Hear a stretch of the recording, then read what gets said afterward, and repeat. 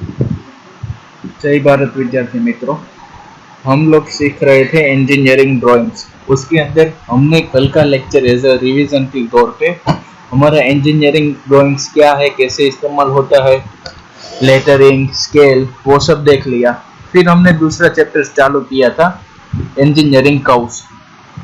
तो engineering curves का revision हम आज करने वाले हैं, लेकिन उससे पहले मैं आपको कल जो मैंने आपको एक बात बताई थी वो मैं आज रिपीट करूंगा कि आपको असाइनमेंट में जो भी दिया हुआ है उसी का आंसर दीजिए। वो पहली बार था इसलिए मैंने आप सबको दाने दिया था, उसकी अटेंडेंस मैंने कर दी थी, लेकिन अब की बार से ऐसा नहीं होगा, क्योंकि आप इंजीनियरिंग ड्राइंग से अंदर कोई C++ वाला कोई असाइनमेंट डाल रहा है, कोई स्क्रीनशॉट उठा के डाल रहा है, तो कोई आप में से 10-15 बच्चे तो ऐसे है तो उसका सेम टू सेम आंसर है, यानी कि आपने जो ड्राइंग की है वो आप व्हाट्सएप पे एक दूसरे को फॉरवर्ड कर देते होगे और फिर अपलोड कर देते होते। अब ऐसा नहीं चलेगा बच्चों, क्योंकि आपके लिए तो हम सब मेहनत करते हैं। मैंने क्या आपको बोला था कि जैसा भी ड्रॉ करो वैसा सही, मैंने ऐसा थोड़ी ना बोला था कि सही से ही आपको डालना है। आपको जितना भी आए, जैसे भी प्रैक्टिस करते हो आप अपने हिसाब से प्रैक्टिस करो ना, दूसरे की प्रैक्टिस क्यों कॉपी पेस्ट कर रहे हो। तो मेरी आपसे विनती है कि आप अपना ही असाइनमेंट डालें, चाहे गलत डालो, सही से किया हो वो डालो, लेकिन एक सब्जेक्ट का दूसरे सब्जेक्ट में मत डालो, क्योंकि ऐसा नहीं करना है। कोई फैकल्टी आपकी असाइनमेंट चेक नहीं करती होगी और अटेंडेंस हो जाती होगी, वो उसका प्रॉब्लम है, लेकिन मैं आपका हर एक असाइनमेंट को देखता हूँ, हर एक बच्चे का असाइनमेंट देखता हूँ, उसमें कोई करेक्शन होता है तो मैं रिव्यू भी देता हूँ। लेकिन अगली बार के लेक्चर में तो सभी ने एक जैसे ही दे दिया। हाँ, कोई 2-3 बच्चे ऐसे थे जिसने सही से किया था, उसका वेल एंड गुड, मैं आपको अप्रिशिएट करता हूँ।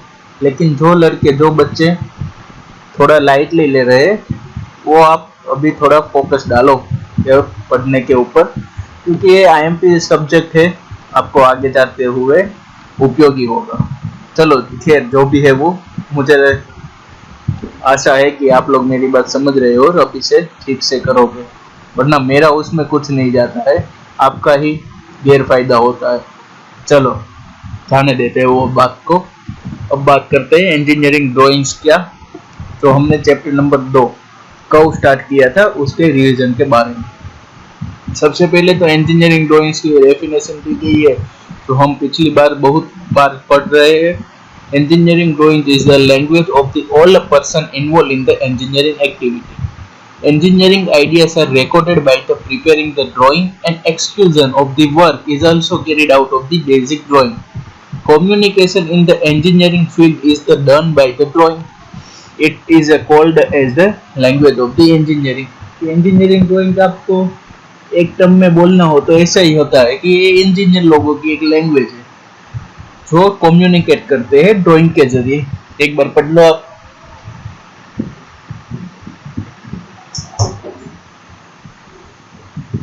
चलो अब आगे बढ़ते हैं इंजीनियरिंग ग्राफिक्स के अंदर दूसरा चैप्टर जो था हमारा इंजीनियरिंग कर्व।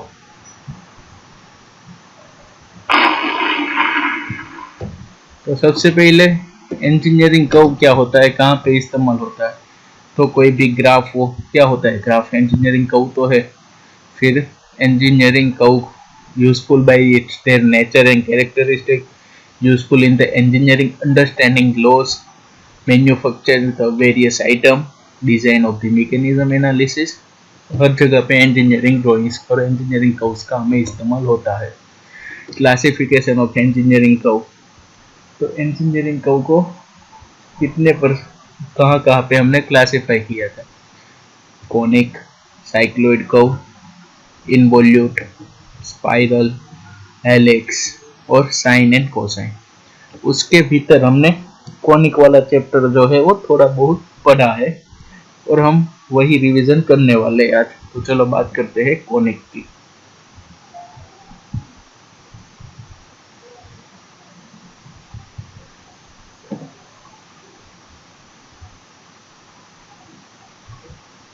तो कॉनिक, तो कॉनिक यानी कि कौन, कौन यानी कि उसको हम गुजराती में बोलते हैं शंकु। जैसे कि हमारी चोकर की टोपी हो गई, आइसक्रीम का कोन हो गया, उस शेप को हम बोलते हैं कोन। तो कोन कैसे बनता है कि कोई एक फिक्स लाइन हम ले लेते हैं, उसका एक बाजू का जो छेड़ा है, उसका एक बाजू का जो एंड है उसे हम फिक्स रखते हैं, और दूसरे बाजू का जो एंड है उसे हम कर्व शेप में मोशन लगाते हैं।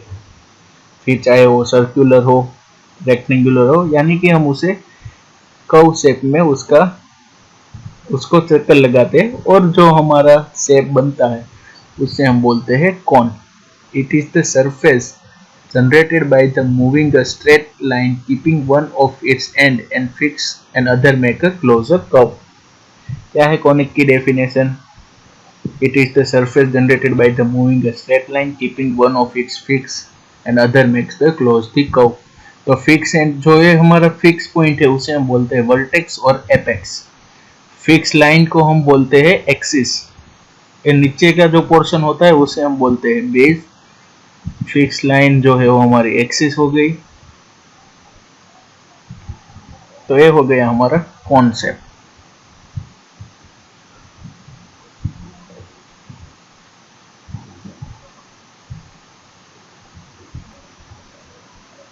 चलो, तो बात खत्म हो गई कौन की।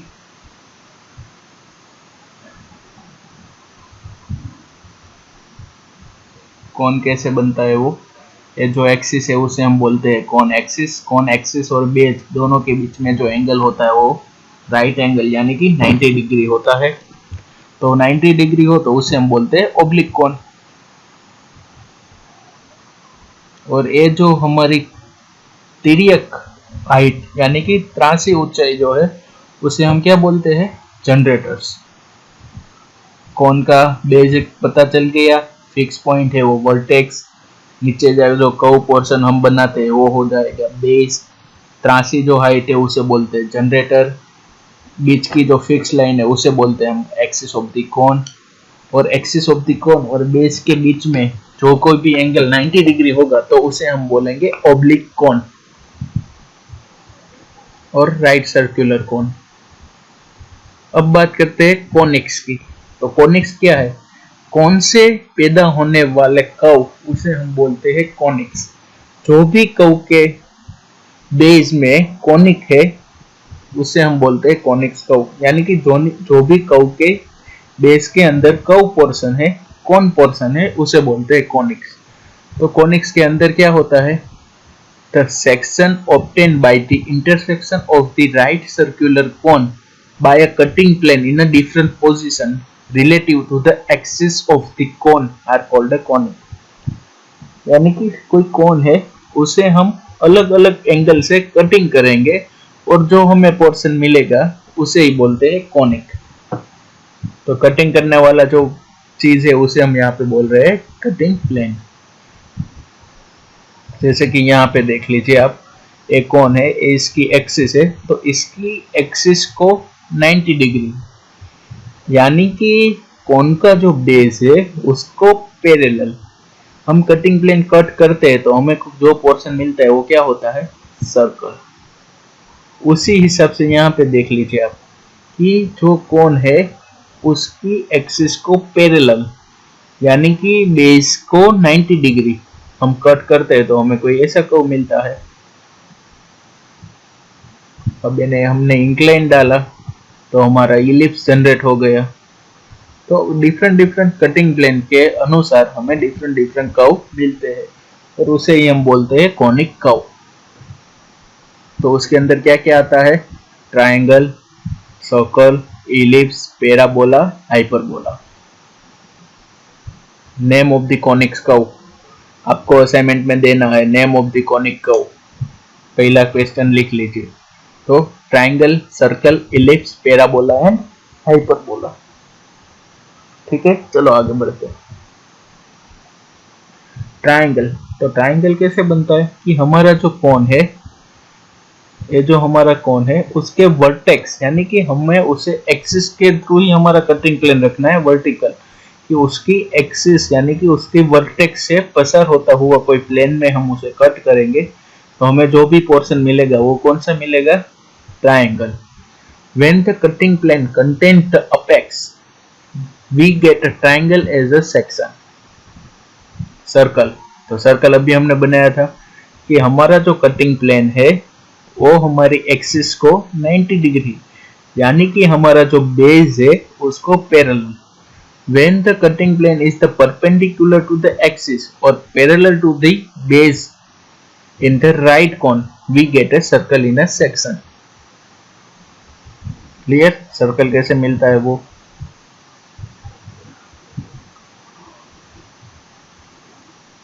अब बात करते हैं इलिप्स. इलिप्स में क्या है कि हमारा जो है कटिंग प्लेन है, कोन है, वो कटिंग प्लेन के साथ इंक्लाइन है, यानी कि एक्सिस ऑफ द कोन और हमारा कटिंग प्लेन दोनों के बीच में कुछ एंगल है, हमने डिनोट किया है अल्फा. और जो थीटा है वो हमारा कोन का हाफ एंगल है, यानी कि इतना एक्सिस ऑफ द कोन से जनरेटर के बीच का एंगल. तो इन जो हमारे केस में अल्फा की वैल्यू थीटा से ज्यादा रहेगी तो हमें मिलेगा हमारा सेक्शन जो है वो इलिप्स को. When the cutting plane in the incline to the axis but not a parallel to the generator, or the inclination of the cutting plane alpha is a greater than the semicone angle, half angle or a semicone angle, we get the ellipse in the section.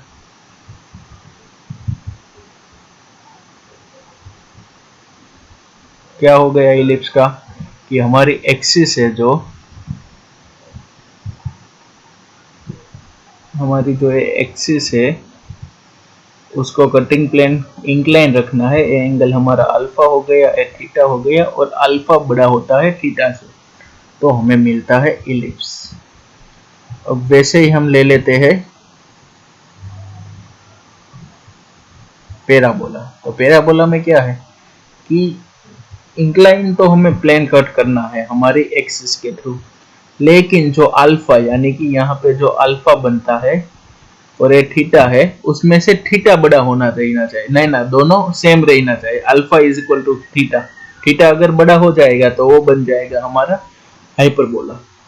तो parabola में क्या है, theta is equal to alpha, और जो हमें curve मिलेगा वो होगा हमारा पैराबोला.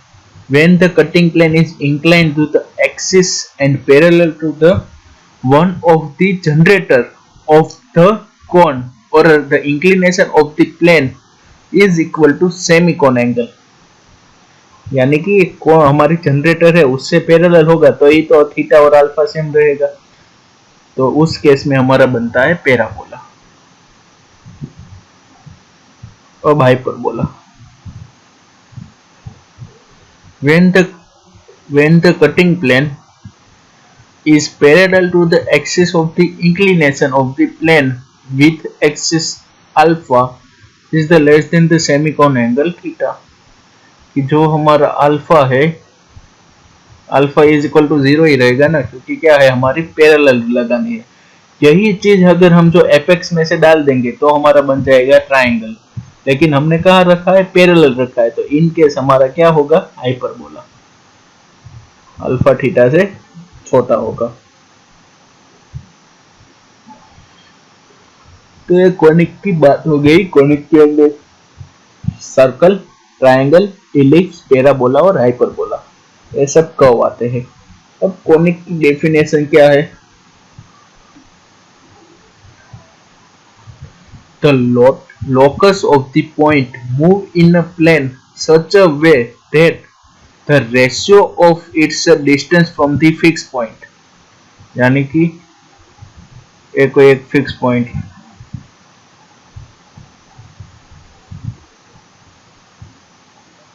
मान लो कि ये हमने कोई एक फिक्स पॉइंट ले लिया. क्या बोल रहा है, the points move in a such a plane way that the ratio of its distance from the fixed point, कोई फिक्स पॉइंट से उसका distance to the fix straight line, एक स्ट्रेट लाइन हमने फिक्स ले लिया, और यहाँ का कोई पॉइंट, तो इधर से मैं कोई एक पॉइंट लूंगा तो ए रेशियो बाय ए रेशियो, दूसरा मैं कोई इधर पॉइंट लूंगा तो इसका रेशियो बाय इसका रेशियो, दोनों क्या आना चाहिए, इक्वल आना चाहिए. और वैसे पॉइंट को मैं जैसे मिला के एक कर्व बनाऊंगा तो वो हमारा हो जाएगा कॉनिक्स। तो स्ट्रेट लाइन को बोलते हैं डायरेक्ट्रिक्स, फिक्स पॉइंट तो बोलते हैं फोकस। फिक्स स्ट्रेट लाइन यानी कि डायरेक्ट्रिक्स, फिक्स पॉइंट यानी कि ये फोकस, फोकस एफ ले लिया। अब हमें कर्व बनाना है तो कैसे पॉइंट लेंगे? अब कर्व पे हम कोई भी पॉइंट लेंगे तो उसका जो हमें रेशियो मिलेगा वो क्या आएगा? कांस्टेंट आएगा।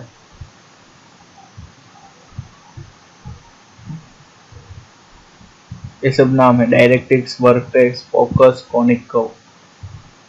तो अब हमें वो रेशियो डिफाइन करना है। Distance from point of the focus, upon distance of the point उसे बोलते हैं इसेंट्रिसिटी, यानी कि PF upon PM is equal to F Q upon Q N is equal to eccentricity.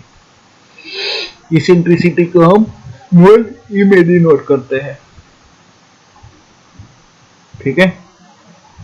तो ये हो गया हमारी इसेंट्रिसिटी। दूसरा क्वेश्चन आपका, what is the eccentricity?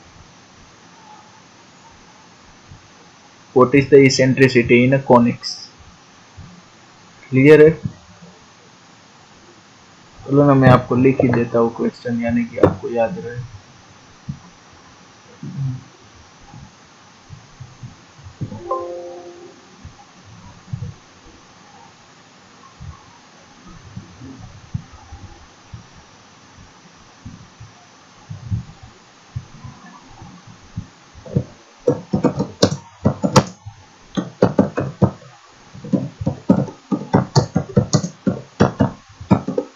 Conic, फिर दूसरा क्या दिया था मैंने आपको?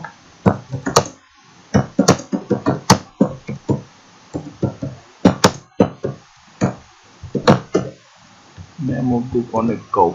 दो क्वेश्चन हो गए, बाद में अभी मिलेंगे तो ऐड करते चले जाएंगे। चलो बात करते हैं इलिप्स की।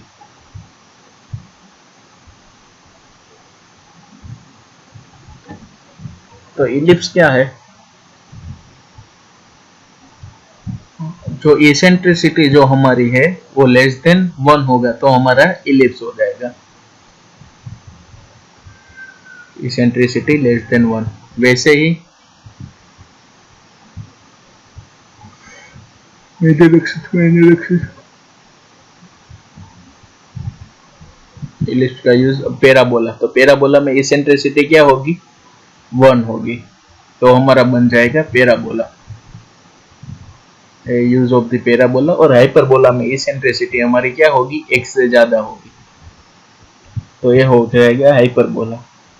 तो आपको जो क्वेश्चन दिया गया है व्हाट इज द इसेंट्रिसिटी, उसे लिखने के बाद आपको मुझे बताना है कि अगर इसेंट्रिसिटी 1 से ज्यादा हो गई तो हाइपरबोला, इज इक्वल टू 1 हो गई तो पैराबोला, और लेस देन 1 हो गई तो हमारा इलिप्स कर्व जो है वो बनता है।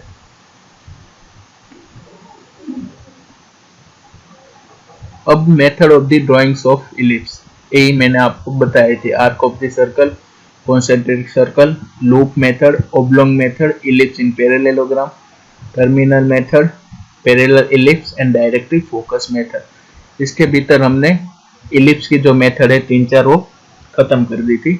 पहले देखते हैं arc of the circle method. तो एक लाइन यानी कि मेजर एक्सिस, फिर माइनर एक्सिस, फिर दो फोकस। फोकस कैसे निकाले थे कि एओ जितनी हमने रेडियस रखते हुए सी पॉइंट पे आर्क लगाई और डी पॉइंट को सेंटर बना के ओबी पर आर्क लगाई। F1 और F2 हमें क्या मिल गया? फोकस। फिर हमने उसे F1 से O से लेकर F2 तक हमने इक्वल भाग में डिवीजन किया था। फिर क्या किया था कि A1 जितनी हमने रेडियस ली थी, F पर हमको सेंटर बनाया था और ऊपर नीचे दो आर्क लगाई थी। सेम चीज में हमने क्या किया था, B1 जितनी हमने रेडियस ली थी, B1 जितनी, और F2 पे हमें सेंटर लगा के ये आर्क के साथ इंटरसेक्शन किया था। आपने जितना भी डिवीजन ज्यादा करोगे उतना आपका इलिप्स जो है वो परफेक्टली ड्रॉ होगा। अब हम क्या करेंगे, यही प्रोसेस दूसरे पॉइंट पे रिपीट करेंगे।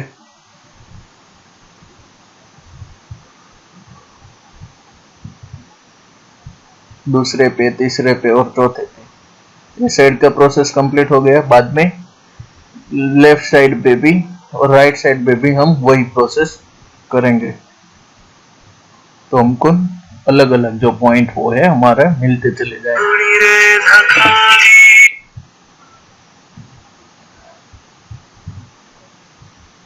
और सब पॉइंट को हम ज्वाइन कर लेंगे तो हमें मिलेगा इलिप्स। ये हो गई हमारी arc of the circle method. चलो मैं एक फोन रिसीव कर लेता हूँ, बाद में आपसे बात करता हूँ। चलो तो इस तरह से हमने बना लिया हमारा इलिप्स। अब हम बात करते हैं, arc of the circle method complete हो गई। अब उसके बाद आती है हमारी कौन सी मेथड, पैरेललोग्राम थी या कॉन्सेंट्रिक सर्कल थी? Concentric circle method. उसमें क्या था, दो सर्कल बनाने का, उसे कॉन्सेंट्रिक सर्कल बोलते हैं। मेजर एक्सिस का एक सर्कल, माइनर एक्सिस का एक सर्कल। अब दोनों को क्या करना है, सर्कल को हमें डिवीजन करना है अलग अलग पोर्शन में। यानी कि एक सर्कल तो हमने 1 2 3 4 5 6 7 8 9 10 11 12 में डिवाइड कर दिया। अब हॉरिजॉन्टल और वर्टिकल लाइन खींचती चली जानी है। मेजर एक्सिस को पैरेलल, माइनर एक्सिस को पैरेलल लाइन और मेजर एक्सिस को पैरेलल लाइन खींच लेने की, और जो हमें इंटरसेक्शन पॉइंट मिलेगा वो हो जाएगा हमारा इलिप्स। देखो ये जैसे हो रहा है वो।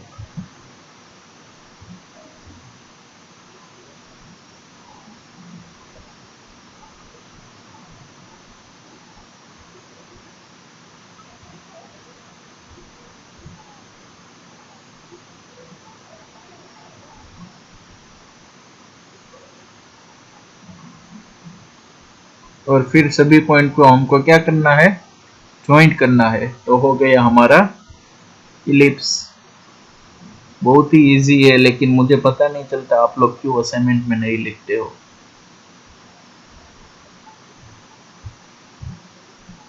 कॉन्सेंट्रिक सर्कल मेथड के बाद कौन सी थी हमारी, एक फोकस हो गए दो।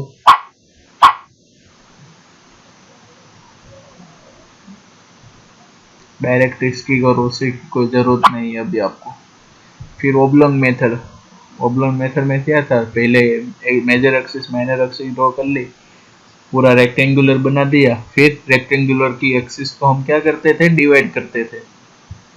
जैसे कि 3 4 पोर्शन, ऊपर नीचे राइट साइड लेफ्ट साइड दोनों की ओर हम ऐसे डिवाइड कर लेते थे। फिर क्या करते थे, स्केल की मदद से हम पॉइंट को ज्वाइन करते थे। C0, C1, C2, C3, 4, वही वैसे ही राइट साइड और वैसे ही नीचे। फिर D से D1 तक, D2 तक, D3 तक, और हमें पॉइंट मिलते चले जाएंगे। वो हो जाएगा हमारा पॉइंट ऑफ द कर्व।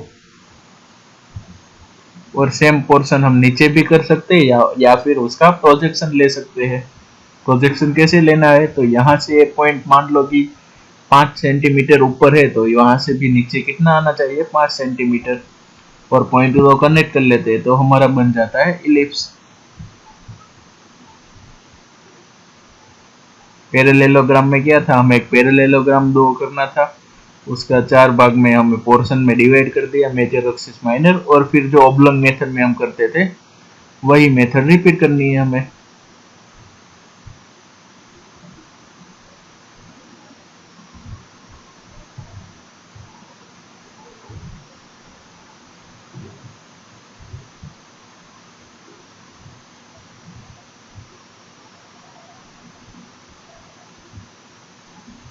फिर हमें क्या करना है, पॉइंट मिल गया तो फिर उसे कनेक्ट कर देना है, बन जाता है हमारा मस्त का इलिप्स। फिर प्रोजेक्शन निकल लेना है।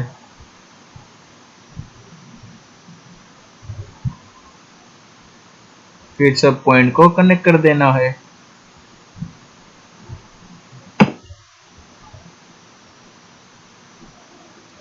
फिर डायरेक्ट टू फोकस मेथड है, उतनी खास है नहीं, लेकिन सीखी है तो कर लेनी थी। हमें हमारे मेजर एक्सिस को डिवाइड करना है पोर्शन में। ट्रायंगल ड्रॉ करना है, रेडियस लेके लेके चाप लगा के जानी है, हमारा इलिप्स तैयार होता चला जाएगा। फिर उसका प्रोजेक्शन सामने की ओर ले लेना है। प्रॉब्लम तो अभी करना नहीं है, वो लास्ट में हम देखेंगे।